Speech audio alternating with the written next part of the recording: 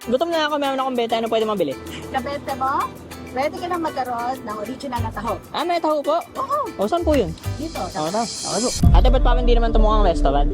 Meron ditong cloud kitchen na ako ang may-ari. Ate, nakakailang taho kayo sa isang araw? Sa isang araw, siguro around 150 to 200. Dito lang sa Dubai. Naisip namin tong business na to nung umuwi ako sa Pilipinas last year. And then, I found myself nag-aantay sa mga tataho early in the morning. Pero hindi siya dumating. So, nung bumalik ako dito, sinabi ko sa mga kaibigan ko, bakit walang taho na original dito sa Dubai? 2 months namin dinevelop yung product para makuha namin yung talagang original taste, yung original ingredients na makuha namin using the local products here sa UAE, pero same taste ng Pilipinas. Gusto mo?